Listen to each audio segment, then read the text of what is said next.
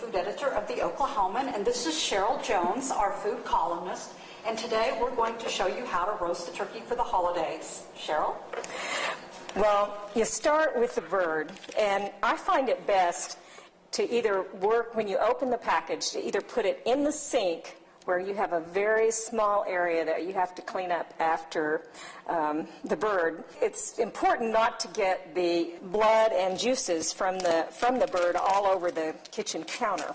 And I trim away any of the excess fat from the outside. That's where the scissors come in quite handy, because this just makes stuff you don't necessarily want in your gravy or the liquids. And there's quite a bit right around the base here, and that's just something you absolutely just don't want. It's not going to add a lot to the flavor. In the neck cavity, you want to tell us what we have here?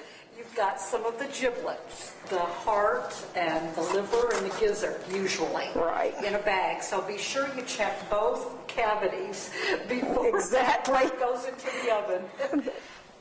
Now, I like to prepare the turkey pan by putting some celery stalks and particularly these leafy parts in the bottom of the pan. And as the turkey cooks, this is going to drip down over it like so, and keep it nice and moist. I do, yes, I've already washed these. And now the other thing that we're going to do is we're going to put some of the celery and carrot inside of the bird. And let's put even some of this peeling from the carrot, some sage leaves, the tops inside of there. I don't stuff my bird with stuffing.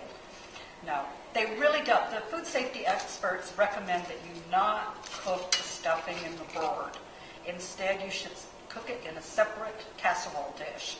And that's just, again, it's for safety. We have a nice rack. You might not always have a rack to use, and it's fine if you want to roast the bird right on the celery and vegetables. That works too. We're just going to put our turkey in here. And if you're wondering how much turkey you should buy just for your family, or if you're having company, relatives, friends for Thanksgiving, kind of go with the assumption of 1 pound per person who will be sitting down to the table. And that's a good general rule. Mm-hmm.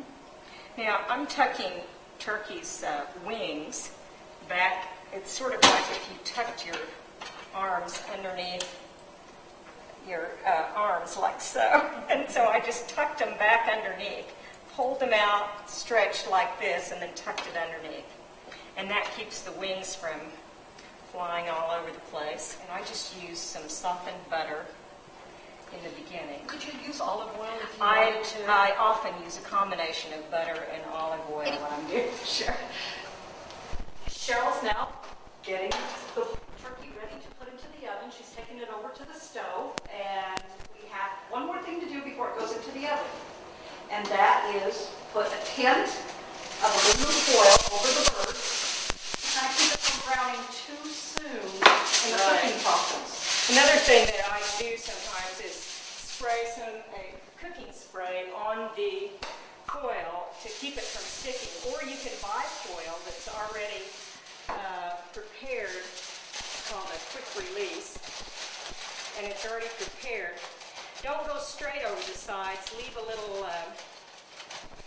sort of ditch in the foil, because otherwise the steam will run down and that'll run on your oven. So keep your keep a little ditch inside, just inside the baking sheet. And I usually start the turkey at 400 and then turn it down. I find that it helps seal in the juices and I get a juicier result. So you want to help me get this bird in the oven, Sharon? I will open the door for you, and here he goes. Okay, we'll see you later. And now we have the nice golden brown bird. And this one has the Oklahoma sand plum glaze on it with our sage leaves inserted in the skin. And that smells the meat. I'm using my sharpening steel from my knife set and going with a spatula under this part Now, if you have a very big turkey, now look, our turkey wants to fall apart. It's definitely So very get somebody to help you and lift. That's one way to roast your turkey and to make gravy to go along with the mashed potatoes and the turkey for So- your holiday meal. Right. Happy holidays. Happy Thanksgiving.